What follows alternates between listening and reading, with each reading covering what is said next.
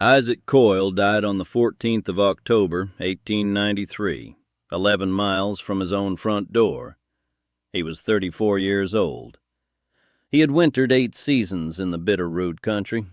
He had come through the January of 1888, the one the old people still called the hard winter, in a line shack with a stove and a stack of split larch, and he had walked out of it in March, having lost nothing but weight.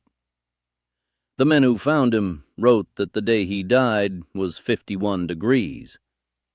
51 degrees. Shirt weather. The kind of afternoon a man rolls his sleeves up in. It had rained since morning. Not hard. The kind of thin, steady, uncommitted rain that does not seem worth stopping for. There was a wind coming down off the divide at maybe 15 miles an hour, and Isaac Coyle had on a cotton shirt, a wool vest, and a canvas coat that had soaked through by noon and stayed soaked. He was not lost. His horse was found grazing 400 yards off, saddled, unhurt. He had not fallen. There was no bear, no cat, no snake, no broken bone, no head wound. There was no whiskey in him. He had simply sat down against a deadfall at some point in the afternoon and not gotten up again. And here is the part that should stop you cold, because it stopped a coroner cold in 1893. When they found him, his coat was folded beside him. Not torn off, folded. His boots were unlaced and set upright, side by side, the way a man sets them down at the foot of a bed. His shirt was open to the belt. A man freezing to death had undressed himself and arranged his things neatly and lain down. The county ruled it a probable poisoning, because nothing else made sense to them. They were wrong. It made perfect sense. It had a name, and it still has that name, and every mountain rescue team on this continent has seen it. But nobody in that valley in 1893 knew the name, and so Isaac Coyle went into the ground under a lie. Now hold this in your head, because everything in the next half hour hangs off it. Isaac Coyle survived 30 degrees below zero. Isaac Coyle was killed by 51. My name is Wendell Rowe. I am 58 years old, 5th generation in the Bitterroot Valley of western Montana. My people came in on the Mullen Road in 1874 and have not managed to leave since. My great-grandfather Marcus Rowe was the county coroner here from 1889 until 1921. 32 years. In this country in those years, the coroner was not a doctor. He was whoever could read, write, ride, and keep his supper down. He kept a ledger. It is a green cloth book about the size of a family Bible, and it sits in a cedar box in my front room. Every death he was called out on, he wrote down. Name, date, place, weather, and what he believed had happened. 460 entries. I have spent 11 years reading that book, and I'm going to tell you the thing it taught me, which nobody told me growing up in the same valley these men died in. The bears are in there. 3 of them across 32 years. The cold is in there 61 times, and almost none of the cold is in January. 15 beliefs, counted down. Every one of them was held by competent, experienced, tough men, and every one of them killed. Number 11 is the one I still catch grown men doing on hunting trips in this valley in this century, and it is the single fastest way to lose heat that a human body has available to it. Number 6 killed people who had food. Full packs, meat every day. They starved anyway, and the reason is a piece of biochemistry no frontiersman on earth could have known. And number 3 is what Isaac Coyle did against that deadfall. It is the reason his death was written down as a poisoning. It is one of the strangest things the human body does, and when I tell you what it is, you are going to reconsider every story you have ever heard about a body found in the woods with the clothes off. Number 1 is not a mistake at all. Number 1 is the belief underneath all 14 of the others, and it is the one this country still teaches its sons. Before we start, tap subscribe, not as a favor to me. There are maybe 40 channels teaching people how to buy their way through the outdoors, and there are almost none teaching people how to think their way through it. And this one intends to keep being the second kind. Every entry from my great-grandfather's ledger that I cite in this video, with the date and the page, is written out in the description, along with the modern medical sources. Check my work. I would rather be corrected than believed. That is the last you will hear of it. The question is not why the frontier was dangerous. The question is why men who had beaten 30 below kept dying at 45 above, and why not one of them saw it coming. 15 down to 1. Number 15. A homesteader in the Gallatin Valley, spring of 1901, stands ankle-deep in snowmelt in a plowed field, sleeves rolled, suspenders down off the shoulders, a cotton work shirt gone dark and heavy across the back and under the arms, clinging. He is warm. He has been warm for 3 hours. He feels fine. Cotton holds roughly 25 times its own weight in water and loses nearly all of its insulating value when it is wet, because the fiber collapses and the dead air spaces that hold your body heat fill up with liquid. Water conducts heat away from a body about 25 times faster than still air does. A wet cotton shirt is not clothing. It is a cooling system strapped to your torso. Wool does the opposite. The fiber is crimped and hollow and holds its loft when saturated, which is why it keeps working wet. Every frontiersman before roughly 1870 wore wool and linen because that was what there was. Then the mills came. Cotton was cheaper, softer, easier to wash, and it did not itch. By 1900, the cotton work shirt had walked into every general store in the American West. The United States Army learned this the expensive way and has taught cotton avoidance in cold weather doctrine for decades. Nobody made a bad decision here. A cheaper, softer shirt is a better shirt on 4 days out of 5. The 5th day is the one that kills you. Next one. A fire so big it made the men around it colder. Number 14. A trapping camp in the Big Hole, November of 1886. 4 men and a fire you could read a newspaper by from 30 feet. Logs stacked like a cabin wall, flames going 8 feet up, sparks in the pines. Every man's face is red. Every man's back is freezing. Radiant heat travels in straight lines, and it obeys the inverse square law, which means it drops off with the square of the distance. Double your distance from a fire, and you receive 1/4 of the heat. And a big fire does not let you stand close. It pushes you back to the exact range where it is barely doing anything.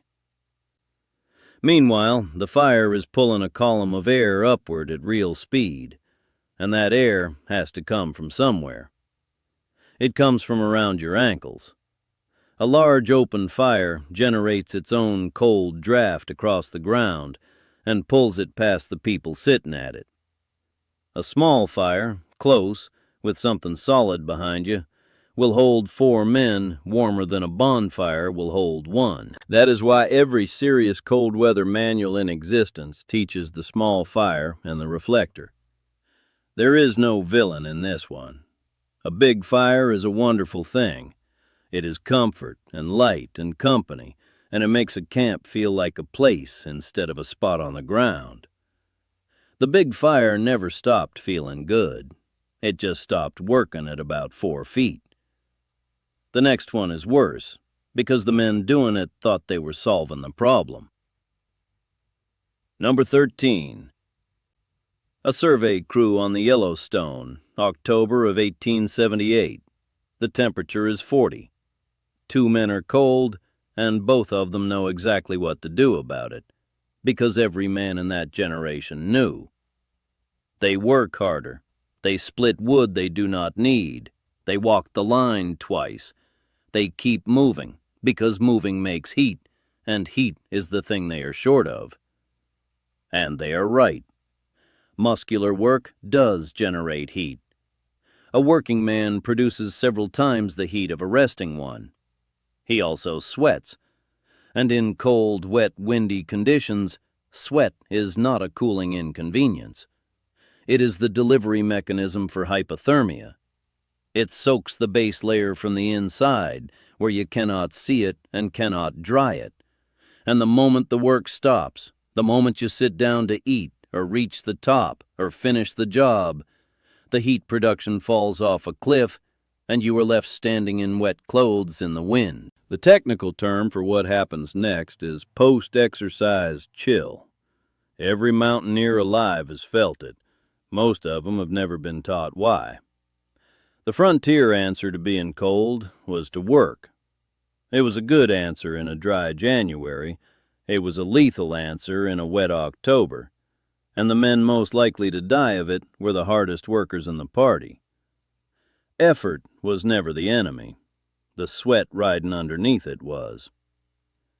Next, the ration that every outfit in the West carried specifically for the cold. Number 12. A road ranch on the Bozeman Trail, winter of 1867. A freighter comes in off the box with his beard frozen, and somebody puts a tin cup of whiskey in his hand. And within 4 minutes he is flushed, loose, warm through the chest, and telling a story. He feels warmer. He is not warmer. He is measurably colder than he was before he drank it, and he will keep getting colder while feeling better about it. Alcohol is a peripheral vasodilator. It opens the small blood vessels near the skin. Your body, when it is cold, does the exact opposite on purpose. It clamps those vessels down and pulls the blood into the core to protect the heart, the lungs, and the brain, which is why your hands go white and stupid before anything else does. That clamping is not a malfunction. It is the single most important thing your body does to keep you alive and cold. Whiskey overrides it. It floods warm core blood out to the skin, where the wind takes the heat off it, and it sends that blood back cooled. The flush you feel is your core temperature leaving. Then it does the second thing. It blunts shivering, which is your body's furnace, and it blunts judgment, which is your body's last defense. Alcohol appears in hypothermia mortality data at rates far above the general population. This is not disputed, and has not been for a long time. Nobody was lying in 1867. The warmth is real. It is your own warmth on its way out. Whiskey never failed to warm a man. It just took the heat from somewhere he needed it. Notice what these four have in common. Not one of them is ignorance. Not one of them is carelessness. A cotton shirt, a good fire, hard work, a drink by the stove. These are the habits of a competent man. Every one of them is the correct answer to a slightly different question. That is what makes this list different from every other list of frontier mistakes you've ever seen. These men were not fools. They were operating a working system of knowledge that was accurate in the conditions it was built for, and catastrophically wrong 40 degrees higher. It does not get gentler from here. The next four are things the body does to itself, and number 11 is the one I have watched men do in my own valley within the last 5 years. Number 11. A line rider in the Big Belt Mountains, September of 1895, unrolls a wool blanket directly onto bare dirt beside his fire, lies down in it, and sleeps 8 hours. He wakes cold to the bone and cannot understand it. The blanket is good, the fire was good, the night was not even hard, 38 degrees. The ground took it. Conduction moves heat between two touching bodies far more efficiently than air ever moves it, and the earth is an effectively infinite heat sink. It does not warm up under you. It accepts everything you give it, all night, at the points where you press hardest: hips, shoulders, the back of the skull. A man can lose more heat downward into cold ground in one night than he loses upward into cold air.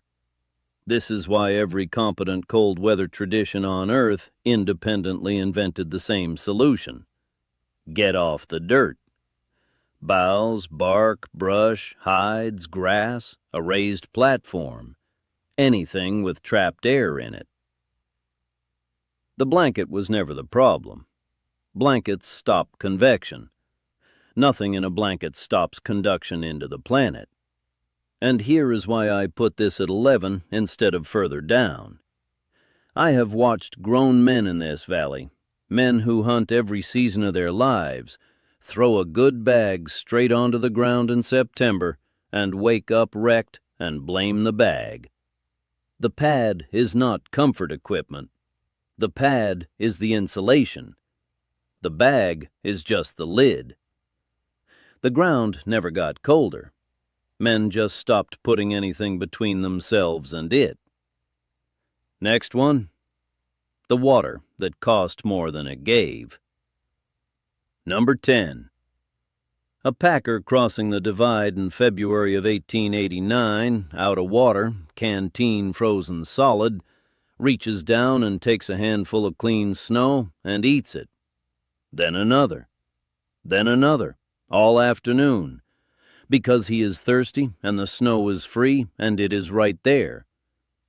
He is paying for that water with body heat, and the exchange rate is terrible. Melting ice into water requires a large amount of energy without raising the temperature at all, the heat of fusion. Then the resulting water, sitting at freezing, has to be warmed to body temperature. All of that energy comes out of a man who is already spending everything he has on staying at 98.6. Eating snow for water is running your own furnace to make a drink. And the trap is that thirst and cold arrive together. Cold air is dry air. Cold suppresses the thirst signal. Cold makes you urinate more, through a mechanism called cold diuresis, which is your clamped-down vessels raising the pressure in your core and your kidneys responding by dumping fluid. A cold man is dehydrating faster than he knows, and dehydrated blood is thicker and moves worse and carries heat worse. So he needs the water. He genuinely does. He just cannot afford to make it that way.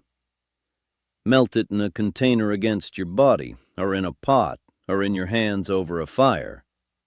Never in your mouth.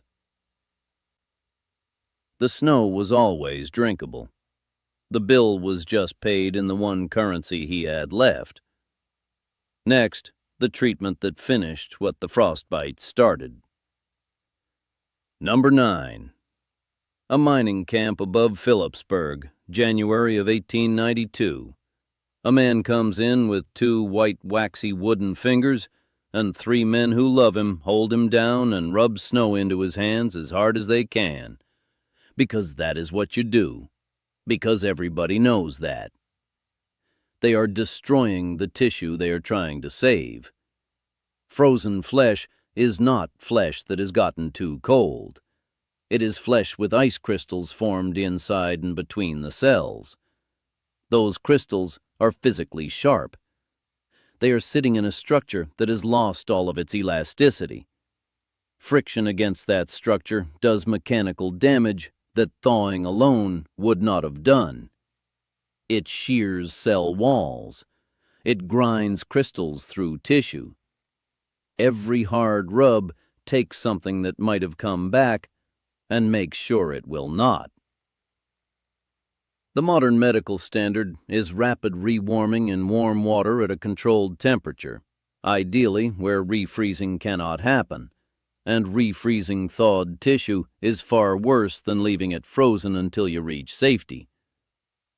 The snow rub survived for 200 years for a simple reason. It looks like doing something. It is vigorous, it is immediate, everyone participates, and the patient screams, which reads as progress. The instinct to act was never wrong. The action was. Next one. The part of the body that killed more men than the hands ever did. Number 8. A cavalry detachment in the Powder River country, November of 1876. The horses are fine. The men are fed. And by the third day, a quarter of the command cannot walk, and not one of them has been near a fight. Feet. The feet are the hardest part of a body to keep dry, and the easiest part to ignore. They sweat constantly, more than most people believe. They are inside leather that does not breathe well and does not dry at all once it is soaked. They are the lowest point on the body, which is where water goes, and crucially, they are far enough from the core that the vessel clamping response starves them first and worst. Prolonged cold and wet, without freezing, does its own kind of damage, the condition the British Army named trench foot in the next century, and which was destroying feet on this continent long before anyone named it. It does not require ice. 40 degrees and wet for long enough is entirely sufficient, and a man who cannot walk in open country is not injured. He is finished, and so is anyone who stays with him. My great-grandfather's ledger has an entry from 1904 that I think about often. A man was found dead 19 miles from a road, and the entry notes, in the same handwriting as everything else, that his socks had been dry in his pack the entire time. He had a spare pair. He did not stop to change them, because stopping felt like the thing that would make him cold. The feet never asked for much. 10 minutes and a dry pair was the whole price.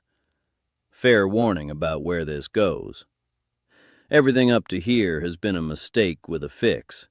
Wear wool, small fire, do not sweat, get off the ground, melt the snow, do not rub, change your socks. The next 7 are not like that.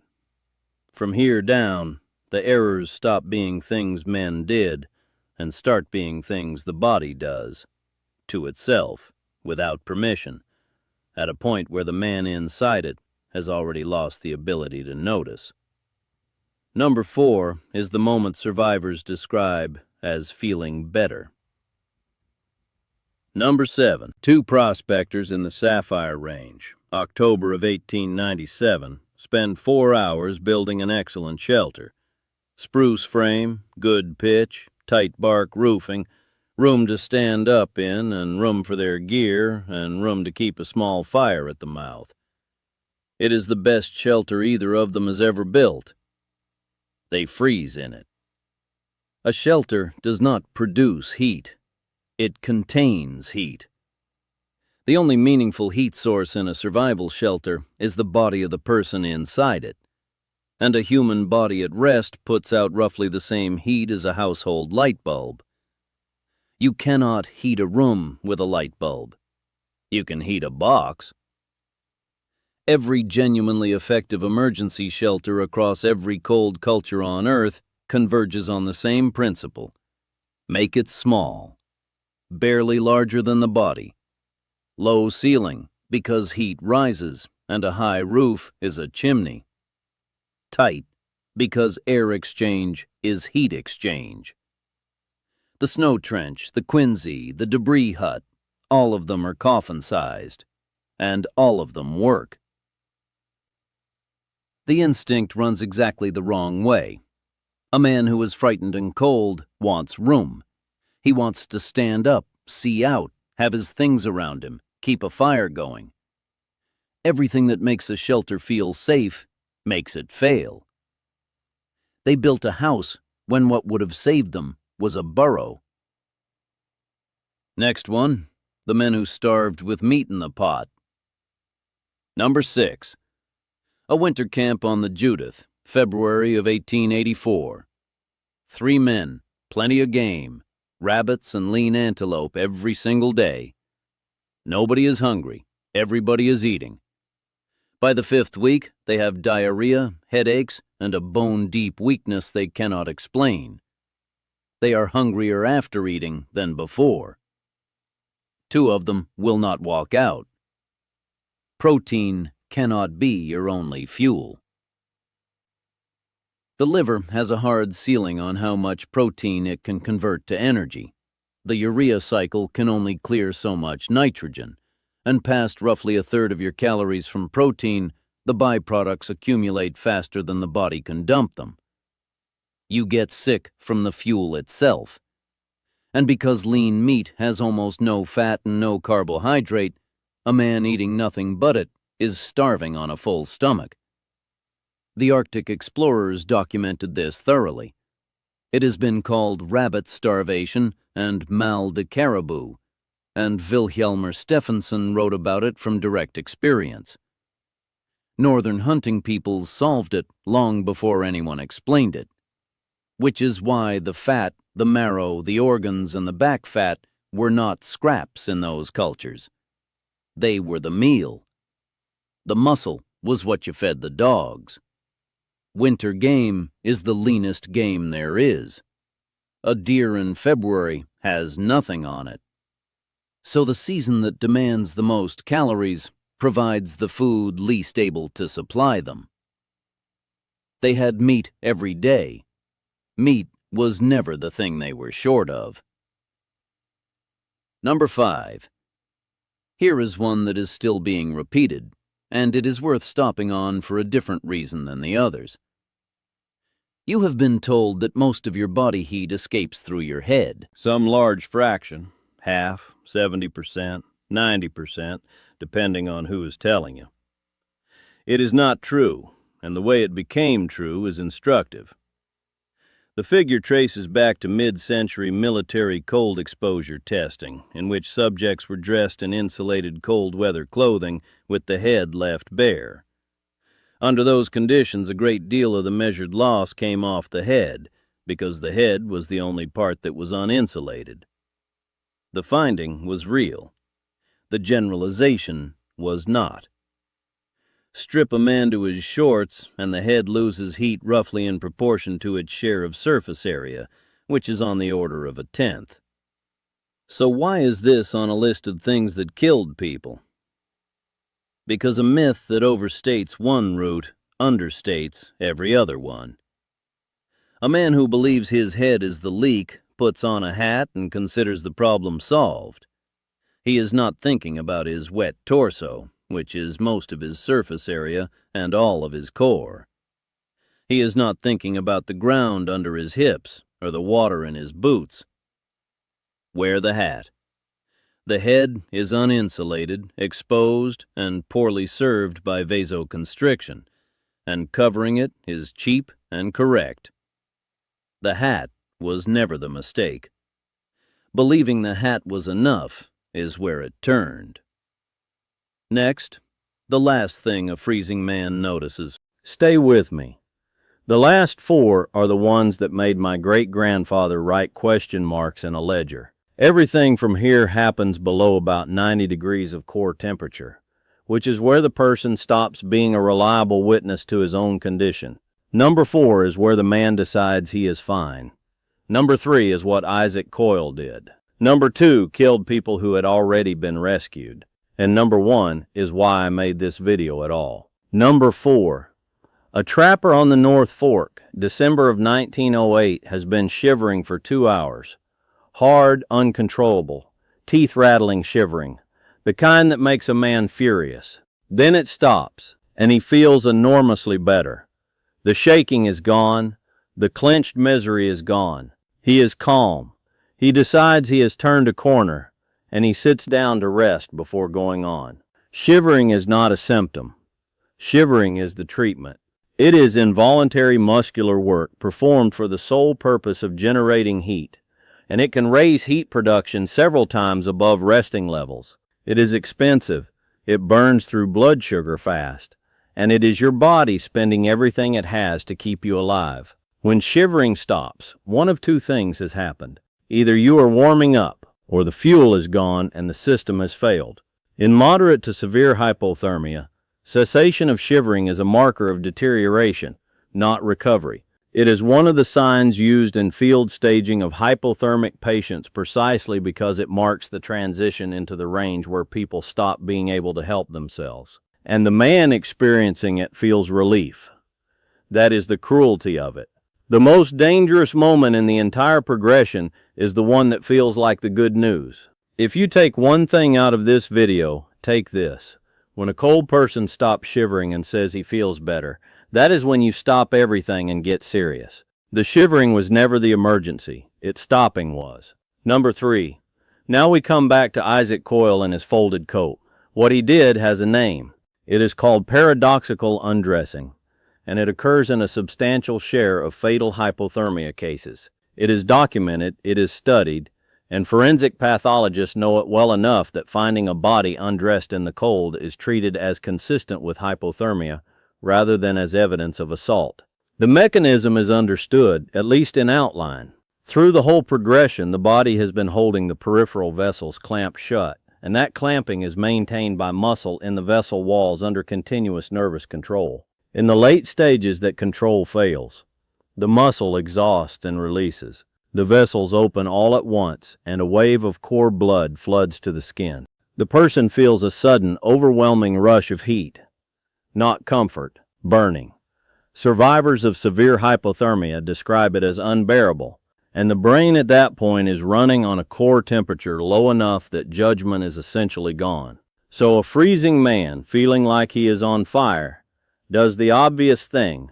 He takes his clothes off, sometimes carefully, sometimes folded and set aside, because part of him is still a tidy man who was raised to look after his things. It gets stranger. There is a related, better documented behavior called terminal burrowing, in which people in the final stage crawl into small enclosed spaces, under beds, behind furniture, into culverts and hollow logs. It appears to be a brainstem level response surfacing as the higher functions shut down. Isaac Coyle was not poisoned. Isaac Coyle was doing exactly what a human body does at the end of that particular road, and there was not one person in that county who could have told the difference. Every story you have heard about a body found undressed in the woods, and what it must mean the woods were never that strange. We were just reading the last page wrong. Number 2, the one that got them after they were safe. A woodcutter is brought into a cabin on the Blackfoot in January of 1911, conscious, cold, walking with help. There are 6 people in that cabin who care about him, and they do everything right by the standards of every generation before them. They strip his wet clothes, they put him by the stove, they rub his arms and legs hard to get the blood moving. They get whiskey into him. He dies in the warm room, in front of people who saved him. This is called rescue collapse, and the core of it is a phenomenon called afterdrop. A severely hypothermic body has cold blood pooled in the arms and legs, sealed off from circulation by those clamped vessels. Warm the surface aggressively, or move the limbs, and you open the gates. That cold peripheral blood dumps into the core all at once, and the core temperature falls further after rescue than it did before it. A cold heart is electrically unstable. At low temperatures, it becomes prone to fibrillation, and it can be triggered by rough handling, which is why current wilderness medicine emphasizes handling severely hypothermic patients gently and keeping them horizontal. So the modern protocol is close to the opposite of every instinct in that cabin. Insulate rather than surface heat. Trunk first, not limbs. Minimal movement. Warm, sweet drinks only if the patient is fully alert enough to swallow safely. No alcohol. No vigorous rubbing. No standing them up. Nobody in that room did anything a reasonable person would not have done. Their hands were never the problem. Every one of them was pushing the same direction, and it was the wrong direction. Number one is not a mistake. Number one is the belief that made all 14 of the others possible, and it was not held by fools. It was held by the most capable men in the country, and it is still being handed down in this valley, and probably in yours. It is the belief that cold is an opponent. That is the whole thing. Cold is an adversary, something you face, endure, stand up to, tough out, something with a will that tests you and that you beat by being harder than it is.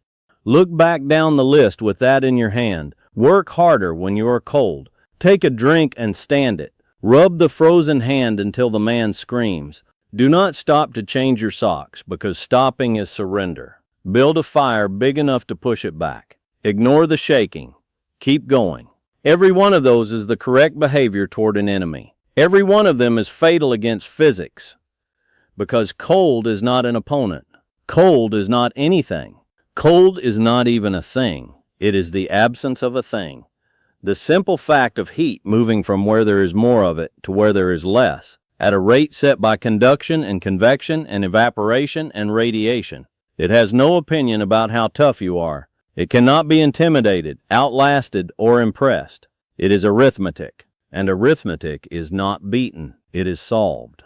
The men who came through were not the toughest men in the country. Read enough coroner's ledgers, and that stops being a theory. The toughest men are disproportionately in the book, because toughness let them keep going past the point where a more careful man would have stopped and dealt with the problem. The ones who came through were the ones who treated it as a problem in heat management, whether or not they had those words. Stay dry. Get off the ground. Do not sweat. Eat fat. Make the shelter small. Stop early. Isaac Coyle beat 30 below because in January he was solving a problem. He had the stove, the wood, the wool, the walls. He respected it, so he calculated. He died in October because 45 degrees did not feel like a problem worth solving. It felt like weather a man walks through. He was not killed by the cold, friend. He was killed by the fact that it was not cold enough to take seriously. Now let me be careful, because I know how a video like this can land. I am not telling you the outdoors is out to get you. It is not. I have spent my whole life in this country, and it has been generous to me almost every day of it. I am not telling you that you need $800 of technical clothing to walk up a creek in October. You do not. Wool, wind protection, a dry spare layer in a bag, and knowing when to turn around covers most of it, and always did. And I am absolutely not telling you our great-grandfathers were fools. Read that ledger, and what comes off the page is not stupidity. It is competence applied confidently in the wrong direction, which is a thing that happens to good people in every generation, including this one. They did not have thermodynamics. They had 100 years of hard-won pattern recognition built in deep winter, and they exported it to autumn, where it did not hold. We know why now. That is not because we are smarter. It is because a great many people died in front of coroners who wrote it down, and eventually somebody added the entries up. The single most useful thing in this entire video is not a technique. It is a recalibration. The dangerous day is not the coldest day. The dangerous day is the mild, wet, windy one that does not seem to warrant a decision. 51 degrees and raining is not a nice day with a small inconvenience. It is the middle of the killing range, and it kills people every year in every mountain state in this country, and it will kill more of them this autumn than every bear on the continent combined. That is the whole lesson. That is all 460 entries compressed. Pick one, just one this week. Go through the coat you actually wear outdoors and find out what it is made of. If the layer against your skin is cotton, replace that one layer with wool or a synthetic. Not the whole system, the one layer that touches you. Or put a dry pair of wool socks in a sealed bag and leave it in your truck or your day pack permanently, and do not take it out. Or the next time you are out in the cold, stop before you are cold and put the extra layer on then. Before. That is the entire skill, and almost nobody does it. Or just do this. Next time it is around 45 degrees and raining and you are going out anyway, Notice that you are about to make a decision and make it on purpose. One thing. This week, 2 Octobers ago, I took my brother's boy up the West Fork after elk. 44 degrees, spitting rain, and about 2 miles in, I could see he was quiet in a way he had not been at the truck. We stopped. 20 minutes, dry shirt out of the bag, hot sweet tea off the little stove, sat under a tarp and did nothing at all. He was fine. We got our elk 2 days later. 20 minutes. That is the entire difference between a story about a boy's first elk and an entry in a book like my great-grandfather's. Tell me down below, which one of these 15 have you personally watched somebody do? Not read about, not heard about, watched with your own eyes in your own life. I would especially like to hear from the people who work outside for a living, loggers, ranch hands, surveyors, roughnecks, anybody whose job does not stop for weather. You see more of this in a season than most people see in a lifetime. Whichever one comes up most in the comments is the one I build the next full video around, and I will read every one of them. That is not a line. That is how this channel picks what it does next. Next time on this channel, we are going after the other side of the same coin. Heat. Everybody knows the frontier killed men with cold. Almost nobody knows the summer numbers. And in some years in some country, the summer numbers were worse because a man dying of cold usually knows something is wrong, and a man dying of heat very often does not. We are going to look at what happened on the Southern trails in the summer of 1849 and at the Army's own reckoning with the same problem on the Southwestern Post in the 1870s. There is a specific piece of advice that was printed in immigrant guides and handed to families heading west, in good faith, by people trying to help. It was exactly wrong. It is still repeated today at ball games and job sites and on the back of packaging. That one is going to bother some people. If you want to be here for it, tap subscribe. This is not an outdoors channel. This is a ledger. 460 names, and every one of them paid for something the rest of us get for free. Least we can do is read it.